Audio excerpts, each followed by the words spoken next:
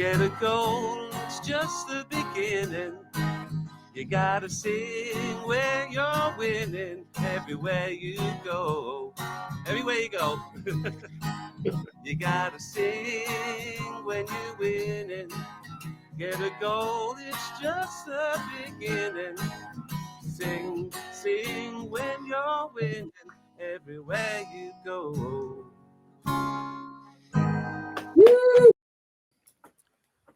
Hello and welcome to episode 34 of the Sing When You're Winning a Fantasy Football League oddity podcast featuring distant cousins of podcast royalty and a very special guest this week who we will reveal very shortly. Waiting in line for the podcast throne this week, it's myself, Jamie. We've got Steve, we've got Lee. Jersey Chris is back. Hello.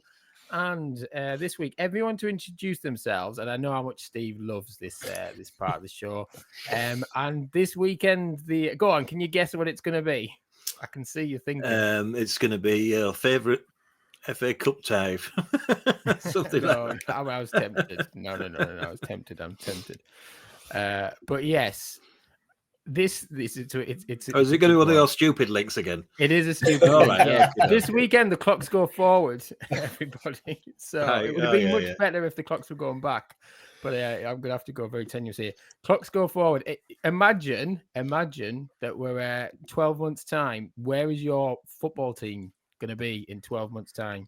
What are you looking forward to in 12 months' time right now? Leeds United fans and Spurs fans and me, I guess. So there you go. A very random one.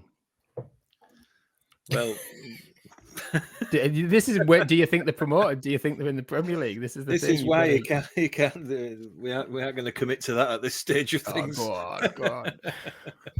Well, I'm going to say that Middlesbrough, for the millionth season in a row, are flirting with playoffs, and they're going to blow it again. And Michael Carrick probably won't be in charge. That's what I'm going to predict for 12 months' time.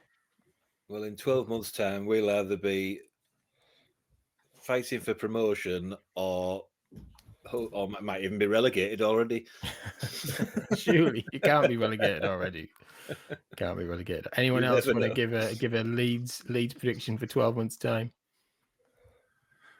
I'm hoping Tottenham will still be in the Premier League, and hopefully they'll be playing Leeds in the Premier League. Yeah, I mean, Tottenham will still be in the Premier League, let's be honest, in 12 months' time. I won't put money on it. I would. I would. Yeah. I'll take that bet. Yeah, exactly. I'll have that one. Thank you very much. Cool. But yeah, anyone else want to do a Leeds prediction before we move swiftly on? No, simple as that. Everyone is scared to be fair, since we said a couple of weeks ago that Leeds were clearly promoted already, we might have jinxed them a little bit. So since you said that, Jamie. Since I said that, yeah. Anyway, you'll still get promoted. I don't think for 1 second Leeds won't be promoted. Anyway, let's meet our special guest. This week's special guest describes himself on X as a Leeds United man on the mic at Elland Road, so I'm sure we'll be talking about that, and a breakfast presenter at the York Mix Radio. But let's give a very warm welcome to our special guest, Big Leigh Nicholson. Woo! Hello. Hi, gents. How are you doing? All right, thank you. How are you? Not too bad this Friday morning. It's getting lighter on these Friday mornings. It's getting lighter. It's going to be lighter next week. Yeah, because the clocks are going forward. We've already covered that one. Everything is covered on your weekly pod. But yeah, how's it going? How's it going for you as a Leeds United fan this season? To be fair, it's actually been quite fun. There's been a bit of a split, I think, with fans. I think there's been a few that have been a little bit sort of by some of the football that we've played, but I can't really get my head around that, considering the position that we're in. There's been more good days than bad at Elland Road, which I'll take. Obviously, it's a lovely place to be when you're winning games of football, obviously. And that's what we've been doing. I think that home form's been key for us this season. There's been the odd slip here and there, but on the whole, I think there's a good vibe. There's a real togetherness about the team, and the fans are seeing that as well. And I think for the vast majority, I mean, if you could have told us that we were going to be in this position, come this time of the year, I think we'd have bitten somebody's hand off. Yeah, I think most clubs would take it, wouldn't they? To be most fair, definitely. Yeah, absolutely. But yeah, we're going to have a more of a detailed lead. I think it's going to be Leeds heavy chat this week, which is all good. But first of all, let's have a look at your own FPL stats. Thanks to Statman Steve. So you're in your 5th Sing When You're Winning and FPL season. You started out in the inaugural championship, which is the best league to be in. We all know that.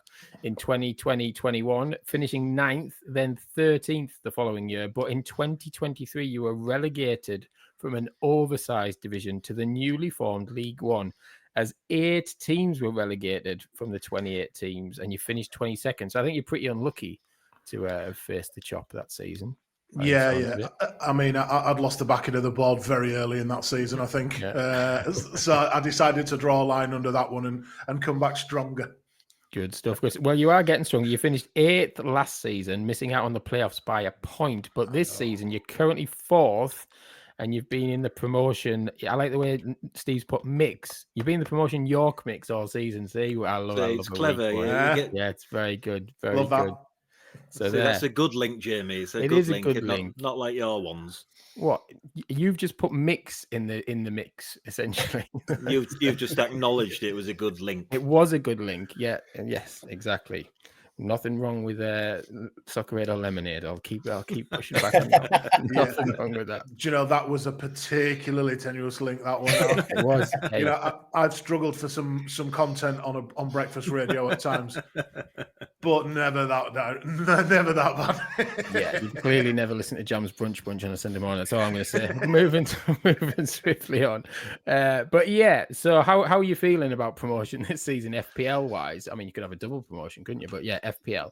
Yeah, I could do. Do you know what? I tend to find at this time of the season, I always tend to tail off a little bit, and there's always a lot of things going on. And I mean, we've all got it with work and everything else, but there's always so much that goes on with my other job, and then I end up forgetting my team, and it's like, no. And but this year I've kind of really been on it, and I was in the playoffs for a long time, and then I dipped out, but I've just kind of managed to pick up a couple of back-to-back wins again and get back in there. And I think I'm only a point or a couple of points behind Dickie Pipes, I think it is. So I could climb up to 3rd with a good result pretty soon. So, I mean, Jamie's just running away with the league.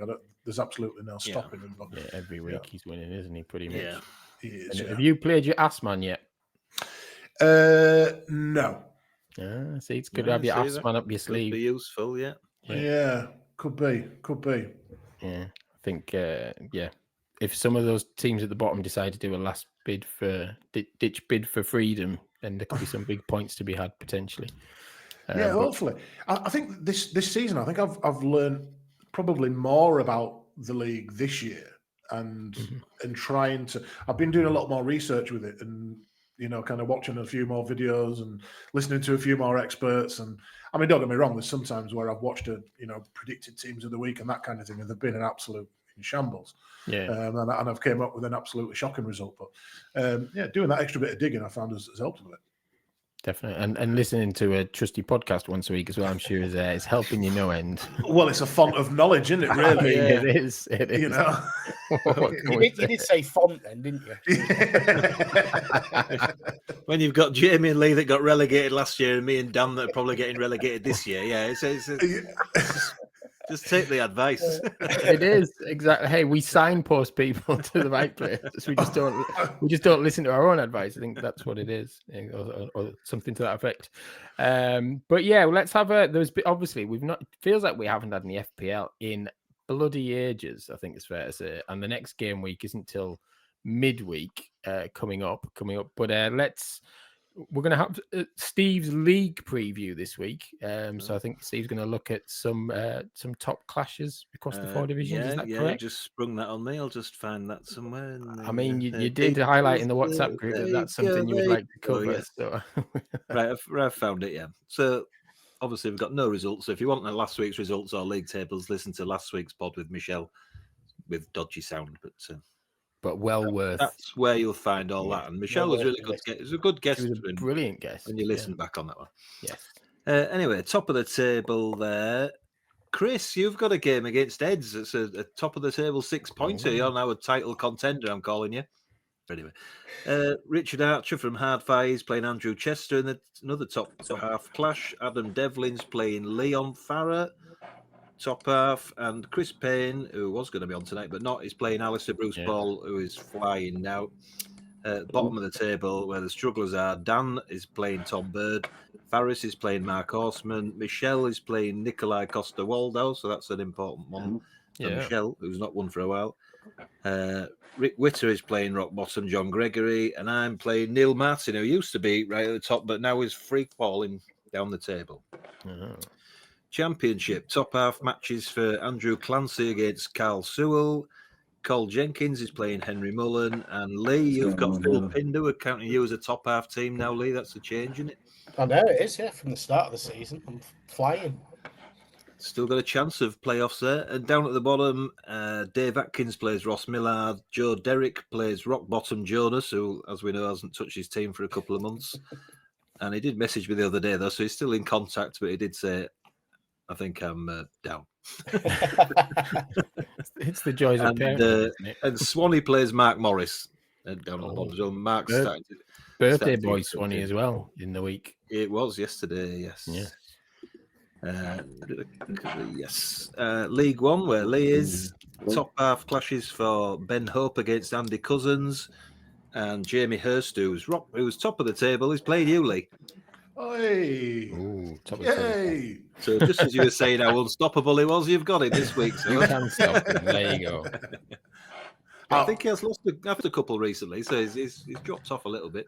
Yeah, fingers crossed. It's one of those, isn't it? I saw that he'd sort of lost a couple of matches recently, so yeah. Hopefully, it's his time to enjoy a bit of a free fall, and we can all take advantage. Yeah. End of season collapse. You never know. Yeah, he's only 8 points clear now. He was 14. Right. Down at the bottom, Ben Taylor is playing Mike Bushell, and Craig Wilson is playing Chesney, who's pretty hot form at the moment himself. Chesney's also on. He's on tour. Sunday brunch this Sunday, I believe, as well. Following on from lottery winners that were on last week. So we've had lottery winners, we've had Chesney. When do we get our invite, lads? It's only a matter of time. It's a springboard to success. I think Lee's going to have an album out next year. I tell you, so.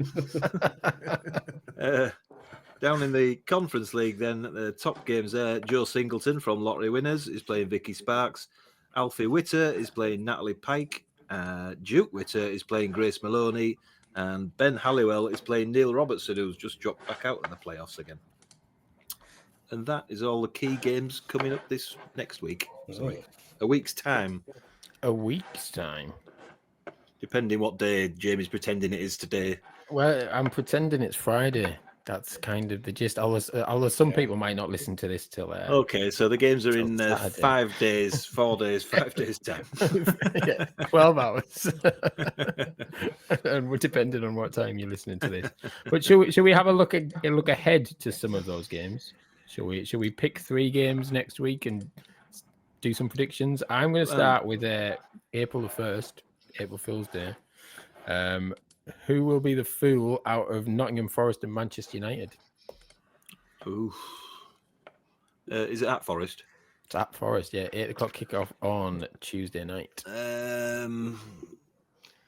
Well, probably go form-wise, you'd say about 2-0 to Forest, I suppose. Yeah. Mind you, was Chris Wood injured, though. Chris Wood came off injured for picked up an injury, New Zealand, didn't he? Oh, no. Could be a dodgy one. I think Forest, I think they've been able to cope. I think when Wood's not been scoring, they've still found a way, haven't they? They've got goals from elsewhere, and I just think it's one of those. I think if Forest get the first goal there, I think Man U could just fold. But again, it's one of those, isn't it? You never know which version of Manchester United you're going to get. No, and it's mostly the bad one. Yeah, I'm really hoping. I'm hoping we get the 24-25 season one. That's the one I hope we get. keep that going. It all basically it all boils down to whether or not Bruno Fernandes turns up, doesn't it? And because he's the driving force of that team at the minute, and if he turns up, then chances are they're probably going to scrape a result. But I'd personally love to see Forest turn them over again. Yeah, definitely. I think some of us would. I think it's fair to say some of us would. Next game, Wednesday, the 2nd of April. We'll move on to Wednesday night, and we've got the Liverpool-Everton big game. It's at Anfield, but what do we think? I I'm going to go 3-1 to Liverpool. Yeah. Everton will put a good fight up, though, won't they? But Liverpool I think it's a want draw, to. this one. They'll want a bit of revenge after the last game, won't they? Yeah, but I fancy a draw in this one. I think Liverpool might almost get too cocky. They've won the league for me. I can't see anybody catching Liverpool. So it's going to be a feisty one. And Moyes has got Everton playing like a completely different team now. So I reckon a scrappy draw with 9 men aside at the end of the game. That'd be good. Let's have a good old-fashioned Merseyside derby for me. And Trent's announced he's leaving, as he today as well. Yeah. So I've seen, Yeah. Should be a bit gutted by, wouldn't you, if you're a Liverpool fan? I think I'd have rather took 150 million for him last summer. Yeah, it's a strange one, that, but it's one of those when you listen to some of the fans are all kicking off, but they've had like the best of him, How old is he? Is he about 25 or something? Yeah, it's not too old, 25, 26. So he's end of his contract though. He can go where he wants, can't he? Well, he can. Fair play to him. It'll all go in his bank account instead of Liverpool's, won't it? Yeah. But that's the thing. Where does he go? It's got to be somebody with a fairly deep pocket. You would have thought, because he's not going to go to another English team, is he? Madrid apparently. No, it's Madrid. It's already. It's already done. I think, apparently, Thought I saw that today. Chelsea Spurs is Thursday night, so that's the last of the 3 we'll predict this week. What do we think? I think like Lee said about Fernandes, I think it's whether Palmer turns up, because he's just so out of form at the minute. I'm going to go a Tottenham win. It's at mind. I know, yeah. I'm going to go. Let's go 3-0 Tottenham. There you go. Wow. Okay. Bloody hell. I'd be surprised if that happens, but I'm gonna get rid of Palmer. So cash in. He's going to hat trick. I've had enough now, so he will score mega points from now till the end of the season. That is pretty much guaranteed. Well, I hope so. Well, he will. I've had enough of it. I can just see a real boring game. I think it's just going to be 2 teams that are just out of form, that are going to cancel each other out, and it'll be 1 goal from a centre back, from a set piece or something like that. I just can't see it being a spectacle at all. Yeah, I won't be watching it. I'll be watching The Apprentice on BBC One. That's how excited I am about being in Spurs, I tell you. Not even joking. That's what I'll be watching. Their games have been quite good last few years, haven't they? They did like a 4-4 or something last season. Yeah, they had that crazy game there. Battle of the Bridge and all that lot. An early goal, it could be the same again. 3-0. Yeah, I think Steve's right. I think both defences are pretty poor. Plus, Captain Palmer needs to start scoring again. So I'm going to say like it's 3-all. Down the middle. We shall see. We won't see on next week's show. We will be still recording probably at that time. But yes, let's move on then. Let's have a bit more of a chat with you, Lee. We ask everybody who comes on the pod, why do you support the team you do? Obviously, big Leeds United fan and working at the club. But yeah, why Leeds? Is it because of where you're from, family? Yeah, family. Being from Leeds, it was one of those things. It was never an option. It was never even considered to support anybody else. It was just a natural thing. I mean, when I was really, really young and just figuring out what football loyalty was and what it meant to actually follow a team, there was an interest in Liverpool and sides from overseas and things like that. But the first real genuine following and interest that I had was Leeds United, and for me to find myself where I am now with the upbringing that I had and the kind of love for the club, it's sort of dream come true stuff, really. Pinch me stuff, Yeah, no, absolutely. And how did you get into working at Leeds? Was it just bloody sheer hard work and cracking on? So I've worked in radio for a long time, and I used to work for the radio station that the club used to have. So this was back when it was owned by Ken Bates, and the station was called Yorkshire Radio. Michael Waddock, who's in, I think was in the league. I think he's dropped out now. He was in it for a while. He worked there. Tom Kerwin, who's the head of LUTV at Leeds United now. He was the head of sport.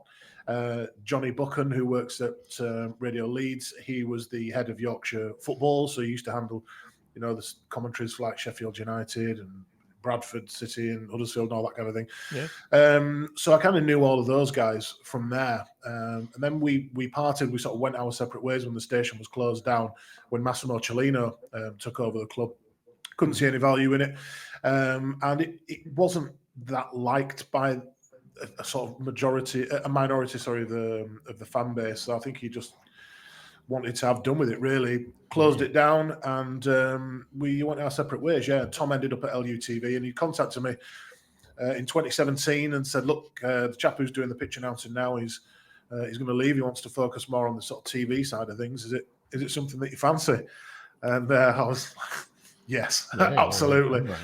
So I went in and had an interview, sat with Andrea, and the rest, as they say, is history.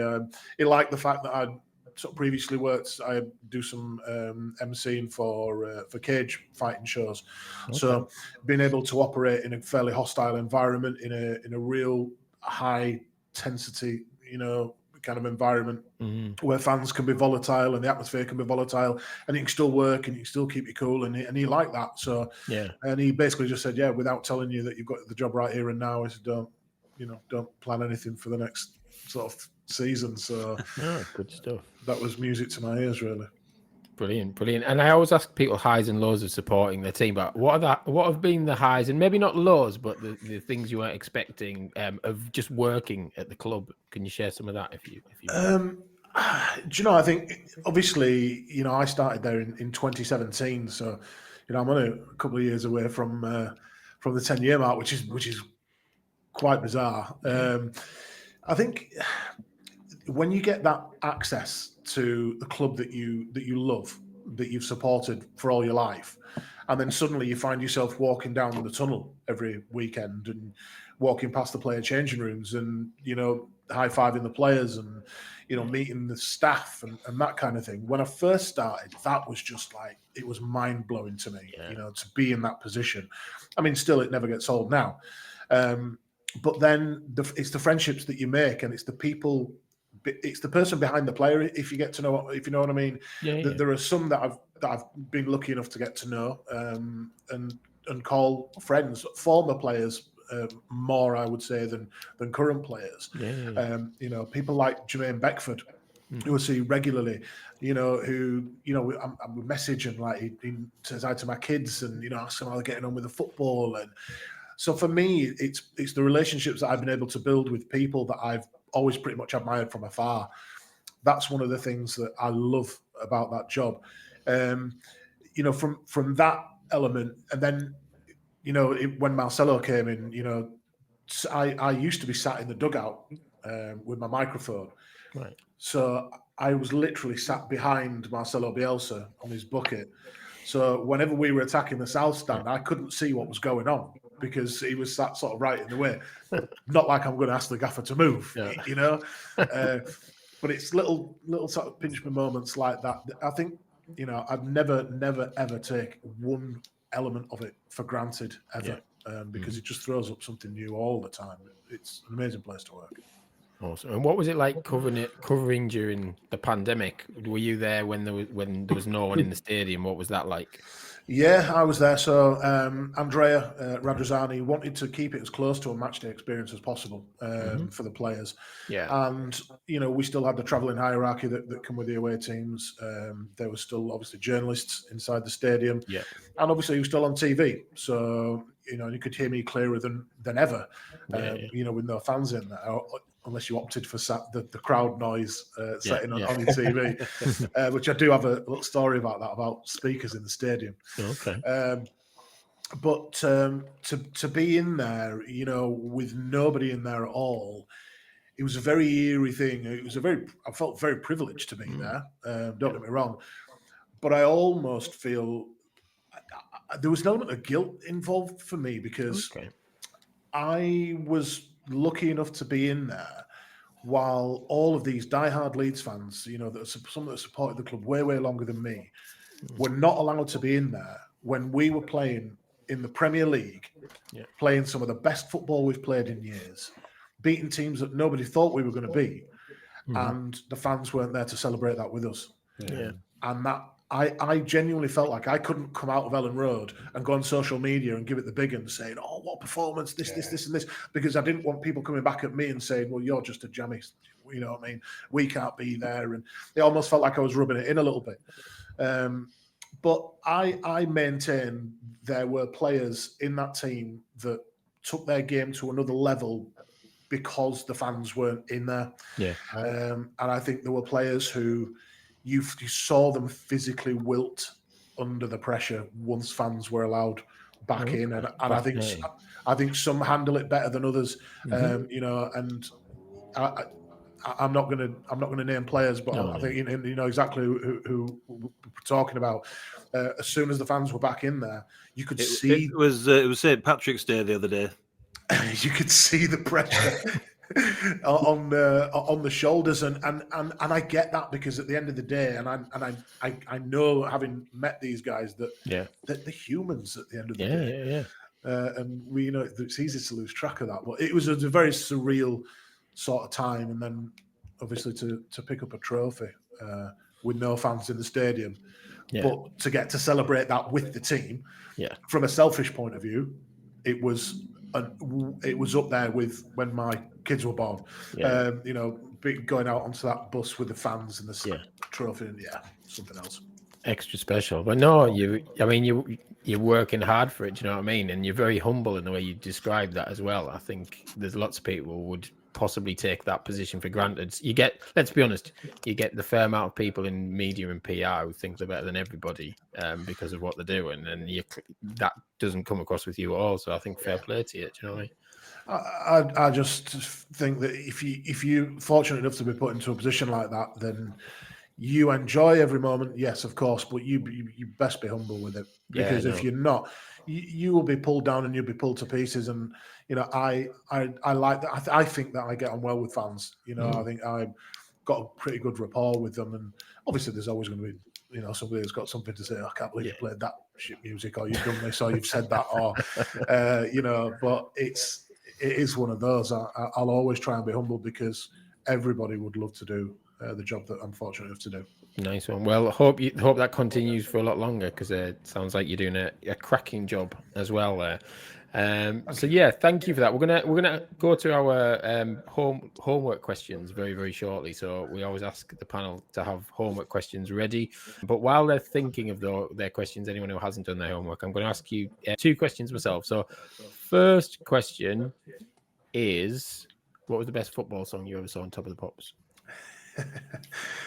Do you know? Probably, I mean, some of the songs that I play now. I think there is a particular place for Chumbawamba, Tub Thumping. I think that's I think a lot of grounds use that, you know, without a doubt. I mean, I Predict a Riot is just, I don't think there's much that can beat that for me, to be honest with you. Wow. I absolutely love it. Absolutely love it. But then I also really like Simple Minds, Don't You Forget About Me. Okay. And simply because that reminds me of the very first Premier League campaign. Because that was the theme that Sky used. So and I play that at Elland Road as well. So I think those two are right up there for me. Excellent. Good stuff. And the next question is, has a bird ever shat on you at Elland Road? And what was she called? I was going to say, but I didn't let her sit next to me again after that. No, I've been really lucky like that. There's not been many really embarrassing things that have happened to me out on the pitch. Fortunately, I've gotten away with that. No Ashley Young moments for me. Good stuff. Well, Frankie Francis was on recently, and obviously he had the infamous bird pooping on his Sunderland top while he was at work. But happens to the best of them. Thank you for that. Anyone got a homework question for Lee? Let's just go to Lee. Let's just go to Lee. Yeah. Come on, Lee. What research have you been doing this week? I've not needed to do that much, to be honest with you, because I follow Lee's social media anyway. And 2 things. First of all, can you sell Harry Gray to Tottenham, please? I think that would be good. And I think, I know you're a big MMA fan, obviously. Do you think the Jones Aspinall fight will ever happen. I lived in Atherton for like 4 years, and I managed to meet Tom quite a few times. He's really decent bloke, to be honest with you, very intelligent, and I always got the feeling that he thought it was never going to happen, despite what he says now, you know. But, yeah, I just wondered what you thought. It's an interesting one, this, because I think it all depends on where Johnny Jones decides he wants to go now. Because if he can leave the sport now, he can retire as probably the greatest of all time, but he's always going to have that doubt there. That doubt doesn't exist if he actually steps in and he takes on Tom Aspinall. There's been a lot more noise recently about it actually happening. It looks closer now, I think, than it has done. And I like the way that Tom's just dropping the little bits. He's still kind of goading him here and there, you know, with the duck and everything else. But I think it's all down to Johnny Bones and Dana at the end of the day. And if Dana will let it happen as well, because it's his prized possession, isn't it? You know, everybody knows that. But I know one thing for sure: it'll be probably the most dangerous fight that Bones will have, because I think Tom's a match for him. I think he's more than a match for him. I think he's with his youth, with his hunger, and he's so powerful, so powerful. But yeah, I would love to see the fight happen, and hopefully it's closer now than it was. Bill, thank you very much. Lee, what's your favourite moment at Elland Road this season? Okay, so there's probably a top three. I'm going to go with there was the announcement against Norwich when they brought under 1,000 fans, which I'd never ever announced an away attendance before since 2017. I always announced the home attendance and then thank Elland Road for their incredible support, and that's it. But on this occasion, Norwich City brought less than 1,000 fans, so I decided to highlight that.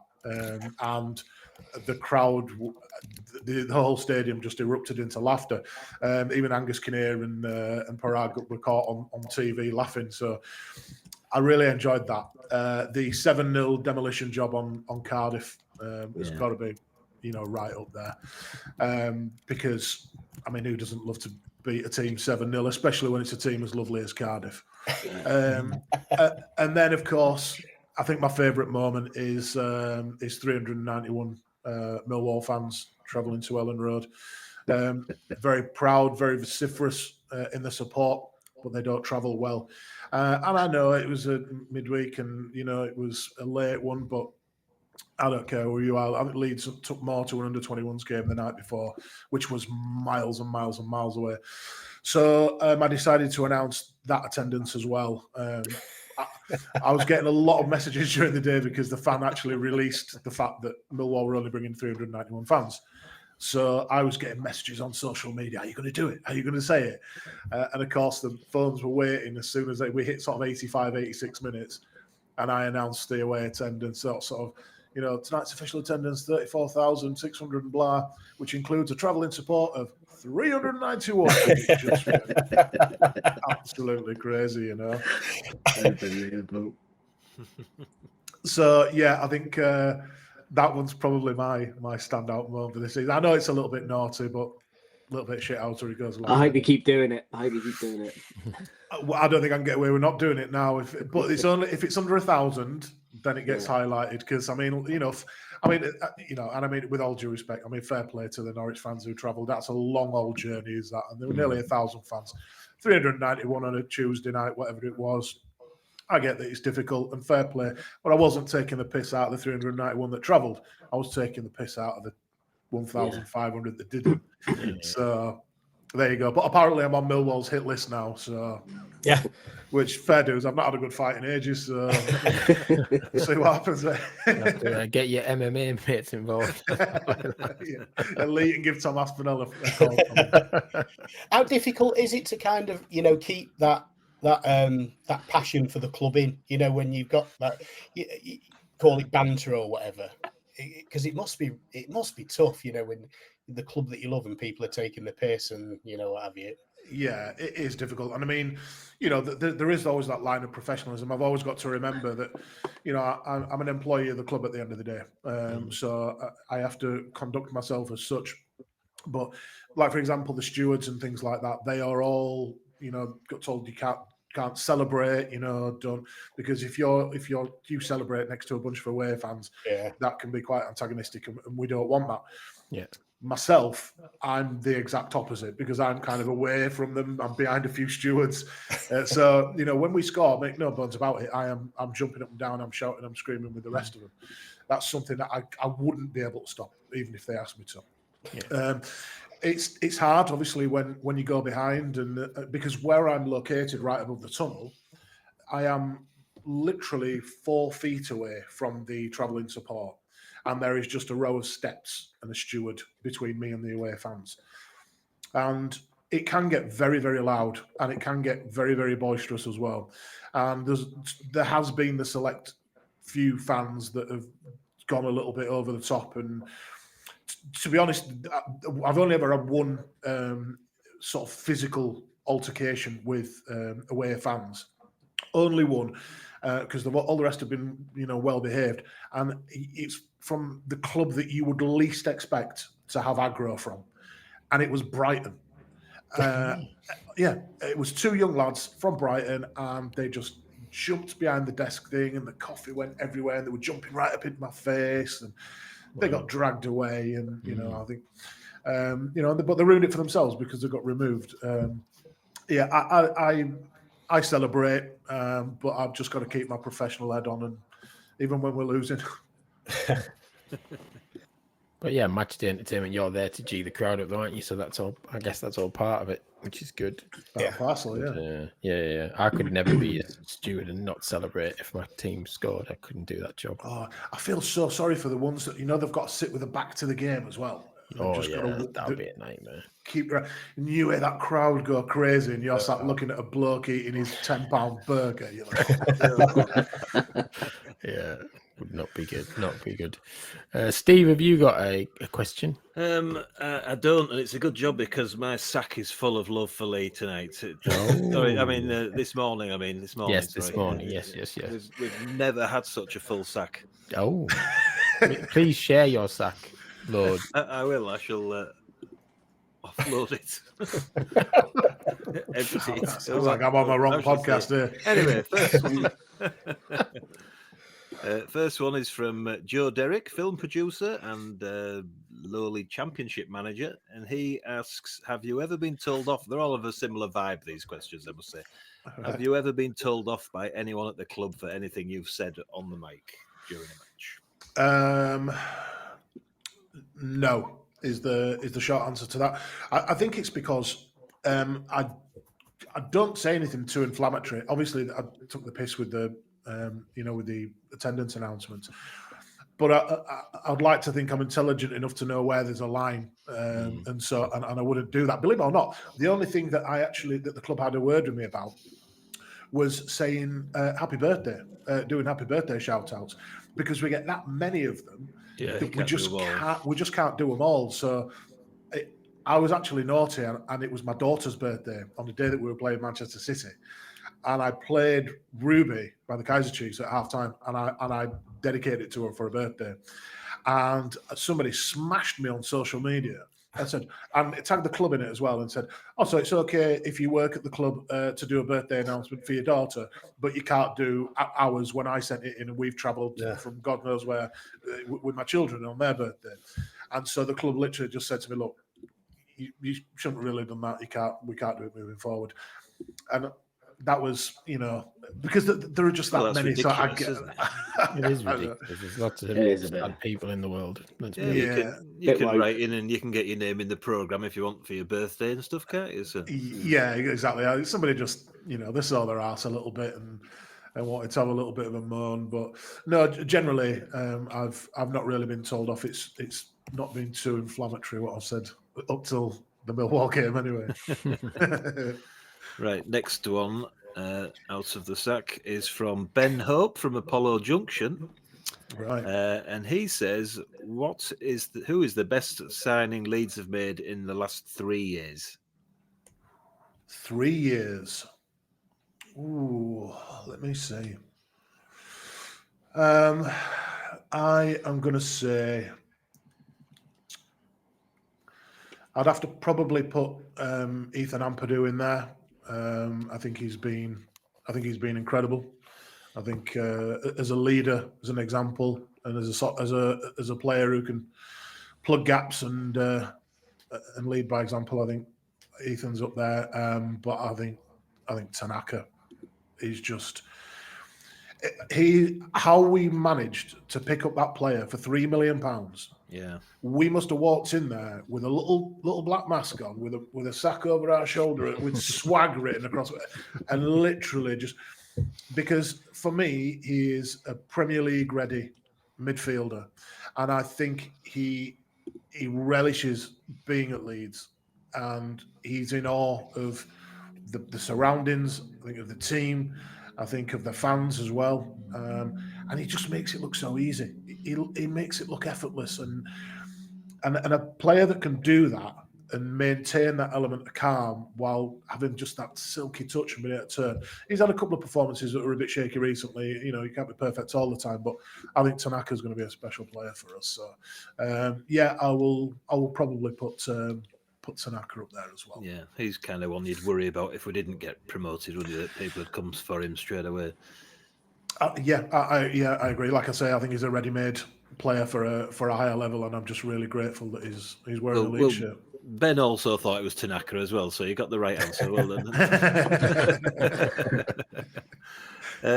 Moving on, another Ben Shires this time from the Premier League, and he wants to know if you get the final say on all the music after the final whistle. Yes.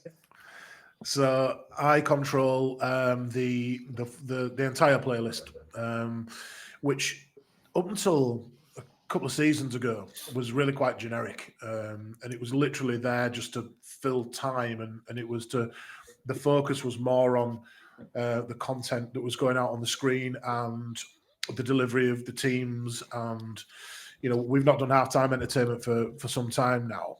You know, that sort of changed. So there became more emphasis on it. And so what I decided to do was to try and take it back to the old school, I think. So tracks that you would have heard more in previous years. So, you know, those late 90s, early noughties sort of years. And, you know, like the Underworld, Born Slippy and Chumbawamba and those kind of things. But also, I wanted it to be a platform for local bands as well. So the likes of Apollo Junction and Skylights, you know, when Skylights first came to us and said, look, we've got this track, can you play it? So I did, and we popped that in the playlist, and then we took hold of it as a production track as well. And so then it started to accompany video packages and things like that. And, you know, in some small part, I'd like to think that we helped Skylights in that regard. But then, you know, we want to do the same for Apollo Junction, and you know, there's a few bands that we play at the moment. There's a band from North Yorkshire which I've really pushed this season called Rocketsmith, and I've hammered this track, and it's called Rise. And it's so good. The message of the song is brilliant, and I think we'll probably end up using that for something. So, yeah, if we can get local acts in there, I always will try. I got the new Apollo Junction track sent through by Jamie today. That's going to get on the playlist as well. And then post-match, it's entirely up to me then. So I've started to introduce a couple of little things here and there. So we've got the Tequila song because of Tanaka and the song that the fans sing, and if the away fans get a bit cocky and start singing Leeds are falling apart again, well, you can be damn sure that's getting played at full time if we win. But then I try and pick and choose when we play I Predict a Riot, because that's a specific kind of, you know, it's got to be a big win. It's got to be a last minute winner or something like that, and to hammer that out. And even Simon from the Kaisers has dropped me a message from time to time, and it's just, I like the fact that you don't do it after every game. I like the fact that you choose when to do it. And he messaged me the day after, which game was it now? Sunderland, wasn't it, I think?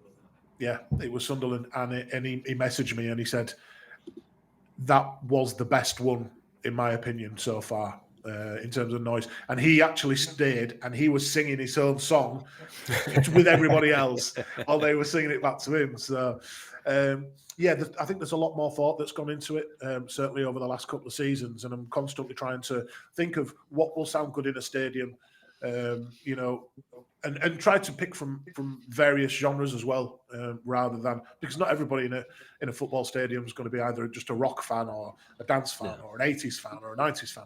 So if you can mix it up and then throw in some of those big, like AC/DC and Guns N' Roses, and it was Ali McCoy. You probably saw the clip online when he was listening to it. He goes, "So it's AC/DC." Like this, and I was like, "Actually, that might work." So always looking for a bit of inspiration from here and there, but always like to try and provide a platform for local talent as well. Because I don't know if you saw the Tom Roberts pod when he came on. He's trying to introduce all that into match day experiences as well. That's his link with Shoot Music. I think you are in touch with him, Lee? I think he said. So I get music sent through from Shoot. There's a couple of different organisations that send music through to us, which I, methodically I will go through and always have a listen to, and always give honest feedback as well. Which if they're going to be good enough to add me to their mailing lists and send me new music, then it's the least you can do, isn't it? But things like that are absolutely brilliant, and he'll always let me know if, for instance, there's Leeds fans within, the setup of the band and things like that, which always, is going to go a long way. But there's even some artists and some tracks that I've only played once at Elland Road, but that's all it needs for them. There was a chap called Paul Wilson who he makes his own lead songs. He writes his own lead songs, and he's been sending me his songs for years. And they're just not quite match day sort of stuff, do you know what I mean? And he's put a few little gigs on here and there. And there was one in particular that he sent me through, and it sounded almost like an Oasis track. And I was like, I actually really like this. So send me a high-res copy of it and let's see what we can do. And anyway, I popped it in the playlist, and he dropped me a message through. And the way that he was speaking, he was like, "You've made my absolute dream come true." It was like 9 years I've been doing this, and I finally heard it playing at Elland Road, and it was just... that made me feel good as well. Do you know what I mean? It's and I go back to that humility and trying to being in such a fortunate position. If I can share some of the kind of that position that I'm in, if I can share that a little bit with the other Leeds fans somehow, I'm winning, and I'll take that. Awesome stuff. More questions. It's just wow. We're going to extra time here. Going for a while here. I told you it was the busiest one we've ever had. Andy Cousins this time. He's also in League One with you there, isn't he? And he wants to know, who are the best and worst persons you've had to announce onto the field? The best and worst. Yeah. So I don't know whether he means players or whether that's... does he mean personalities? Who knows? I'm going to take it. I'm going to go with the personalities. I think that's kind of what he means. The best, hands down, was the centenary celebrations, and it was before the Birmingham game, I believe it was, where Calvin scored the winner. When everyone had the flags and everything. And before that game, we brought out Howard Wilkinson, Gordon Strachan, Gary McAllister, Lucas Radby was there. All of these amazing players from Leeds United past, including like the proper legends, like Norman Hunter was still with us, bless him, and Eddie Gray and Paul Reaney and all of these legendary players. And I worked with Stats Dalton had helped me out preparing all of these different stats for all of these players. And it was just one after the other. There must have been about 30 of them. And they all just came out into the centre circle. And it's like everywhere I looked, I was like, I used to shout your name on the terraces. I used to shout your name on the terraces. My dad used to shout your name on the terraces. It was like, it blew my mind. That was probably up there with the best. And I've been fortunate because I've had some really amazing people out on there, former players and sports personalities and, actors and all that kind of stuff, which has been great. The worst was probably gotta be careful.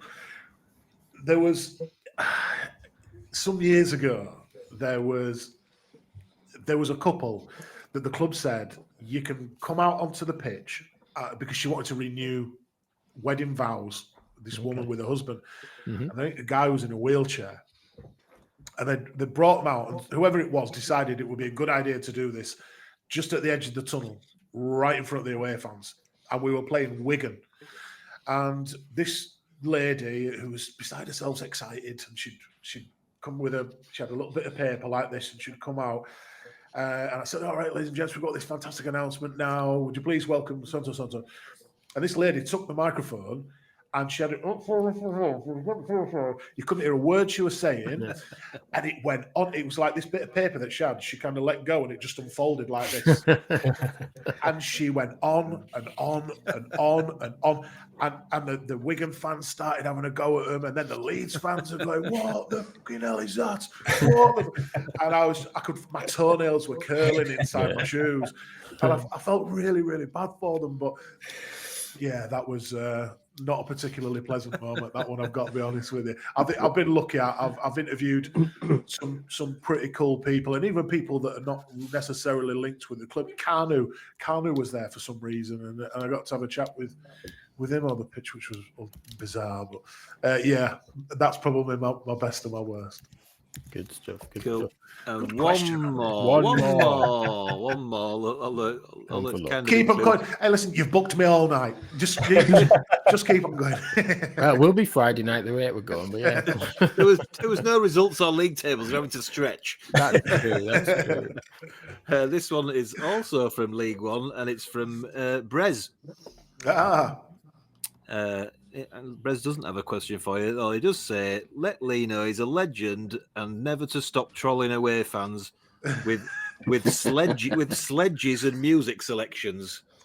Yeah, me and Brez messaged me. We met for a pint a couple of times after the games, and his thing was he loves the no Piru, no party. And I'd said to him, well, I'm going to start saying it, when Piru scores. And the first time that I did it, he was like, no, I didn't hear it. You didn't do it. So now I make an absolute point if Piru scores. I give the big and no Piru, no party, and I make sure I message Brez as well and tell him that I've done it so he can hear it. But obviously, he's a cricket lad. He loves the sledging. He loves the shithousery, and he loves a bit of a carry-on like that.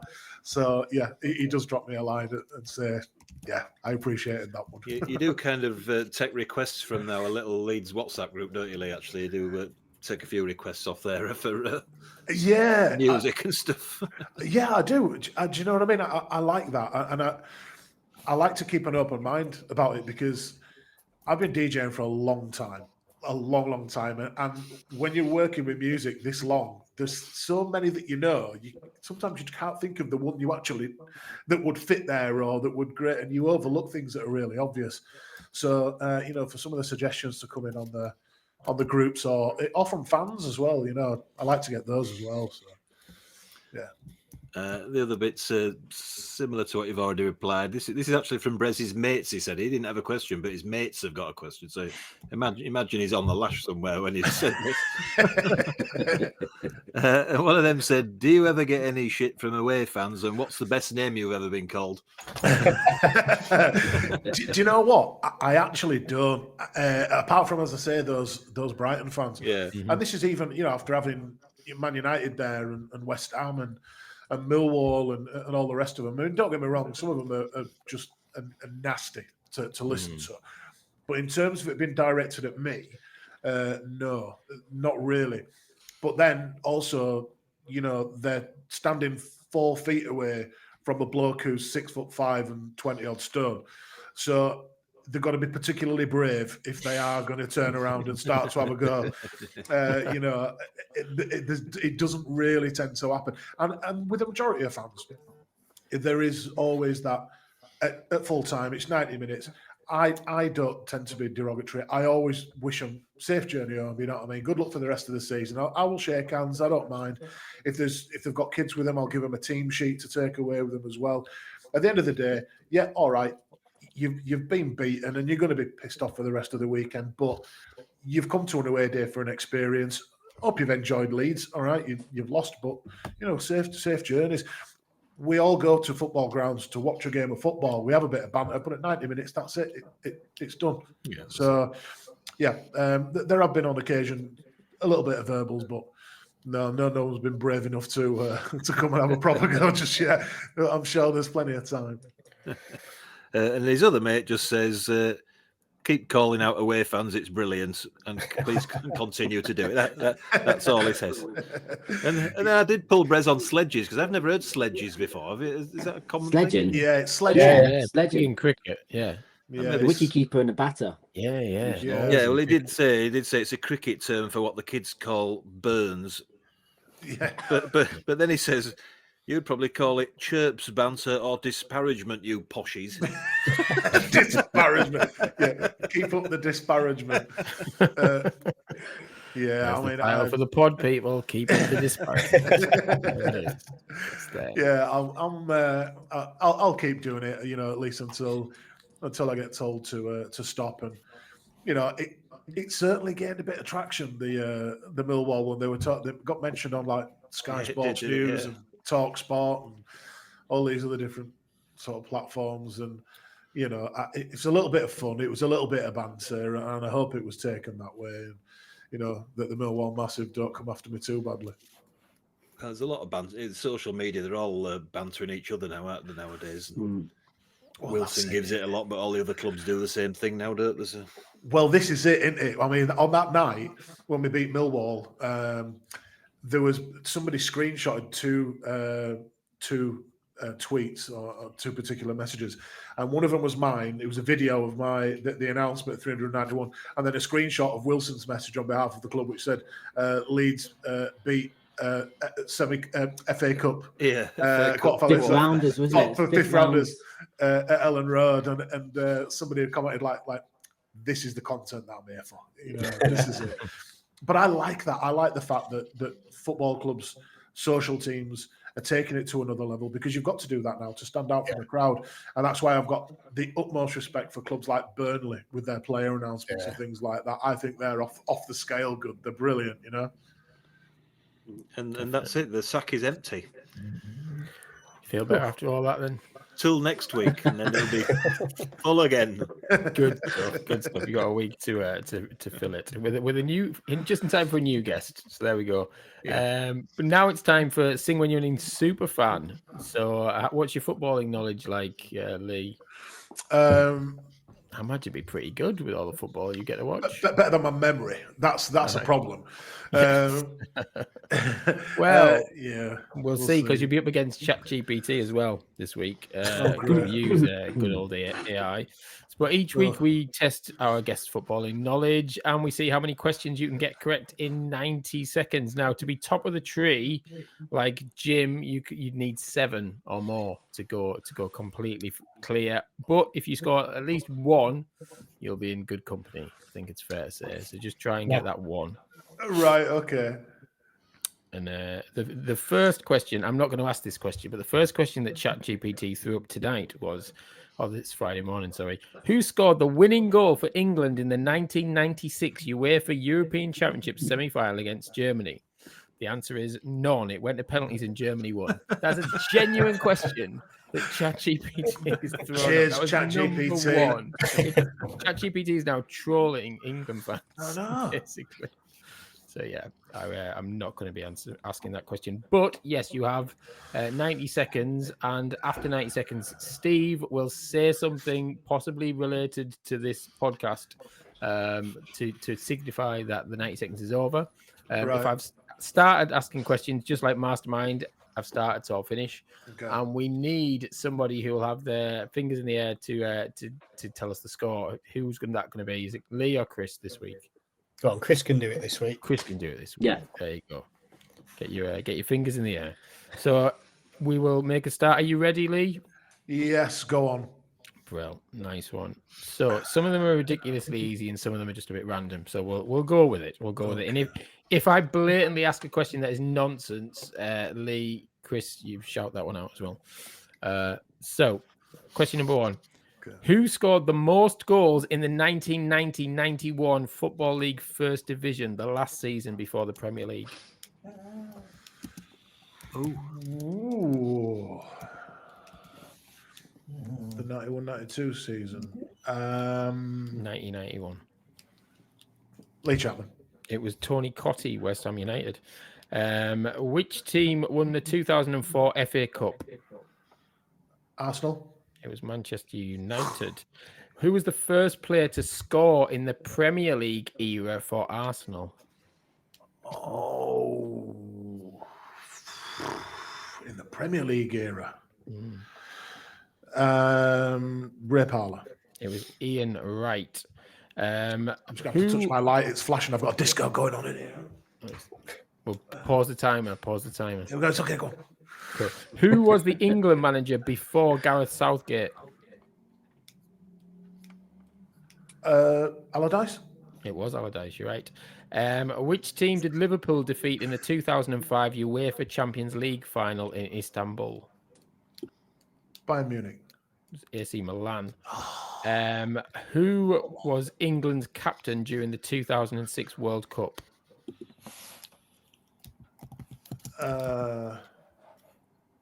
Beckham. It was John Terry, apparently. Who scored the winning goal for Manchester United in the 1999 UEFA Champions League final? Solskjaer. It was Solskjaer. Who was the last non-Englishman to manage the England national team? Capello. No, it's the current England manager. The last. Tuchel. Yeah. Tuchel. The last person is now Tommy Tuchel. 2 leads in a pod. 2 leads in a pod. Very good. I'll tell you what, I'm going to ask you another question anyway, because that one was a bit random. So, final question is, there's a lot of similar questions this week, but who was the manager of Spurs before Pochettino? Lee would know this. If you could ask the audience, Lee would tell you. I can see him.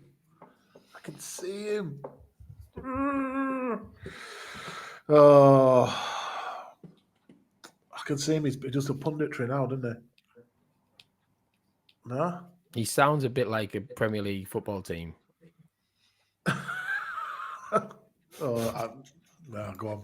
I've got Aston Villa Boas. No, Andre Villas Boas. Boas. Well, Yes. there you go. There I we didn't go. get 0. I mean, I'll No, take you that. didn't. You got a few. I think I lost track. But yeah, Lee, how many did? No, it's 2. Oh, Chris. Two. So yeah, 2. Yeah, 2. Yeah. 2.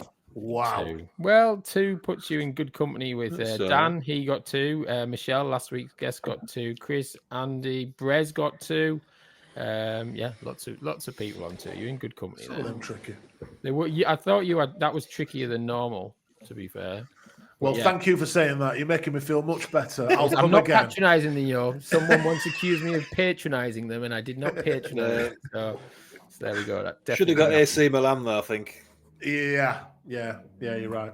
But yeah, at least you didn't come last. It is all I'm didn't gonna say. do a Chesney. Well, I wasn't going to say who did. But anyway, we're moving swiftly on.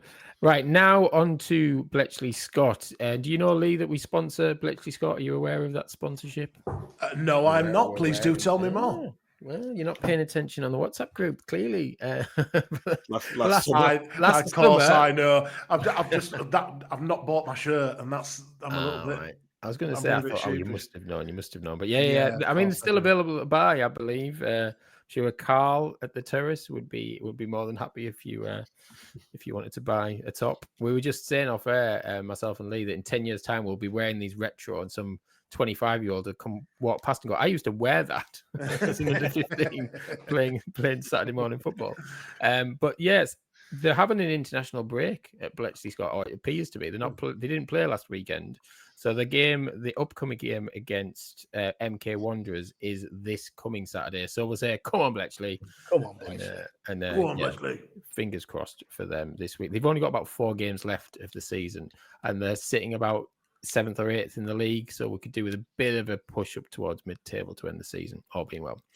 But now we're going to wrap things up as we now do with the recently new feature, Shooting Stars in Their Eyes. So I'm sure you used to read a bit of Shoot or Match magazine when back in the 80s. Was that you, Lee? Yeah, definitely.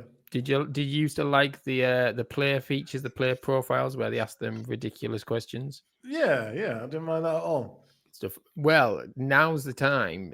Tonight, Matthew, or this Friday morning, you can be a Leeds superstar from the late 80s, 90s, and we will ask you the same questions. And you can tonight, Matthew, you can pretend to be which Leeds footballer when answering these questions. Right. It's like Quantum Leap, isn't it? It absolutely is. I tell you. It's just how much I actually know about them. That's the thing. Well, Isn't it? there's creative license. There's creative license here. All right. Okay. Just be David Batty and act disinterested. I reckon David Batty would enjoy a bit of this, surely. Are you any good at accents, Lee? I'm actually not bad. Oh, there you go. I'm not too bad at all. But I'm going to try and choose somebody without one. Harry Kewell, Lucas Rabidi. Late 80s, early 90s, though. That's kind of before their time, isn't it? Late 80s, early 90s. Wow. Oh, you could be Vinnie Jones, Chris Kamara. Okay. Gordon. I think I've got one. Well, then. Tonight, Matthew, you're going to be... I am going to be Lucas Radaby. Yeah. Very good. So, Lucas, welcome to the pod. Thanks for finding time to come on. Thank you. So, Lucas, what would you do if you could be invisible for a day? I'd probably hide from a few of the horrendous tackles that I got in my early days at Leeds United. It's like I thought he was from South Africa. That is South African. I think that's a good accent, although I can't do accents for Toffee, but I thought it was good. It's good. With a hint of Yorkshire. A bit of Dutch. It's like Lethal Weapon 2, is it? Yeah, it is. Yeah. So, Lucas, who are your favourite pop stars at the moment? Back in the late 80s, early 90s. Got to say, I love the Locomotion. And a big fan of LaToya Jackson. Oh, very good, very good. Love the hair. Love the hair. Love indeed. the hair. Lucas, this is a bit of a self-reflection here. What don't you like about yourself? I'm too bloody giving. Who else says, yeah, I'll play in goal? Nobody. But I do. Amazing, Too bloody nice. amazing. Building schools, bringing fresh water, everything. Legend. Never think about myself ever. Legend, Lucas. What is your favourite possession at home and why? It's a signed program from Elland Road. I got to meet the stadium announcer. He's a chap called Big Leigh. He's fucking massive, I tell you. He signed it for me. I absolutely love it. I'm going to treasure it forever. Amazing, amazing. What's your favourite cartoon character, Lucas? I would say Deputy Dog. It's a good choice. It's the accent that kills me every time. Can you do a Deputy Dog impression, Lucas? I would struggle to do it justice. Stick 'em up, partner. Sorry. Don't take the bloody piss. I'm genuinely not. Try me, Lucas. If you could be a fly on the wall. Come from the streets of Soweto, man. I'll hold you down. Oh yeah, for sure. I know where you bloody live. I know you work in Bradford. Once a month. If you could be a fly on the wall, where would you most like to be? At a Kylie Minogue gig. Who wouldn't? Lucas, have you ever been mistaken for anyone else? Strangely enough, David Weatherall. It's an odd one. It is. It's very odd one. Very odd one. It must have been odd. the sunglasses. Last two questions. What, if anything, frightens you? David Batty. Indeed. And everyone's favourite. What was the first car you bought and how much did it cost? It was an Austin Allegro. Amazing. It was yellow with a tartan interior. It cost me the equivalent of about 20 English pounds. It was an absolute bargain. So about 200 rand in South Africa, was it? Something like that? Probably, yes. Amazing. Let's go with that. Ladies and gentlemen, that has been Lucas Radimi. Well done. Thank you very much for that. Bye, Lucas. Thanks for coming. Bye, Lucas. Let's get Lee back in. Thank you very much, Lee. That was great. Setting a new standard for shooting stars in their eyes there. if Lucas ever comes back to Elland Road and anybody ever shows him this, he's going to slap me. And I've met him a few times, and he's lovely. Wow. Honestly, that's the standard. If you're a future guest on this podcast, get sharpening up your impressions. That's all I'm going to say. I'm looking forward to next week's impression because I know what guest it is. Yes, me too. I think it'll be a good one. But thank you so much, Leigh. That's been an absolutely brilliant episode. You've shared some brilliant stories, and topped it off with that impression as well. Very, very good stuff. But good luck for the rest of the season. You're close to promotion, so we'll keep the fingers crossed. You might join us in the championship next season, me and Leigh. Because I don't think we're going anywhere. I think we're staying in the championship. To be fair. Well, for all the advice people get, FPL. Have you any seen who the actual number one in the whole world is? Number one out of 11 million managers. Who is it? No. It's a lady who's 67. She's called Susan Clark. She's in one league. That's 5 teams in. Wow. She's got the most points out of 11 million experts. Invite her to join SWYW for next season. Can you? Is there any way you can on the try pod? and invite her? No, don't invite her to the league. I'm struggling as it is. She's only been playing for 3 seasons. Bloody hell. Get her on the pod. She only gets about 2,000 points normally, and I think she had Captain Bruno Fernandes last week, and she didn't really know who he was. There you go. Wow. Just shows you don't need any of these stats and no experts, and you just need to pick who you fancy and go with the flow. Yeah, it's not rocket science at all from that respect. Cool. Well, as I said, thank you again, Leigh, and thanks to Leigh, Steve, and Jersey Chris, who's had to run off this Friday morning to play a game of fake tennis. I think he said he was off to do. But you can follow us on Twitter at SWYW_FPL. The double underscore is very important. And if you're watching this on YouTube, or even if you've seen a clip on TikTok, give us a comment, because we've got loads more views when someone commented on TikTok. So do that next week. But yeah, you could leave us a question. We might even discuss it in next week's show, where we'll be joined by another top guest who we will keep secret for a few more days. But yeah, thanks, Leigh. Good luck with the rest of the season. And remember, enjoy your footballing week. Keep on singing and keep on winning. Goodbye. Thank you. Bye-bye. Bye.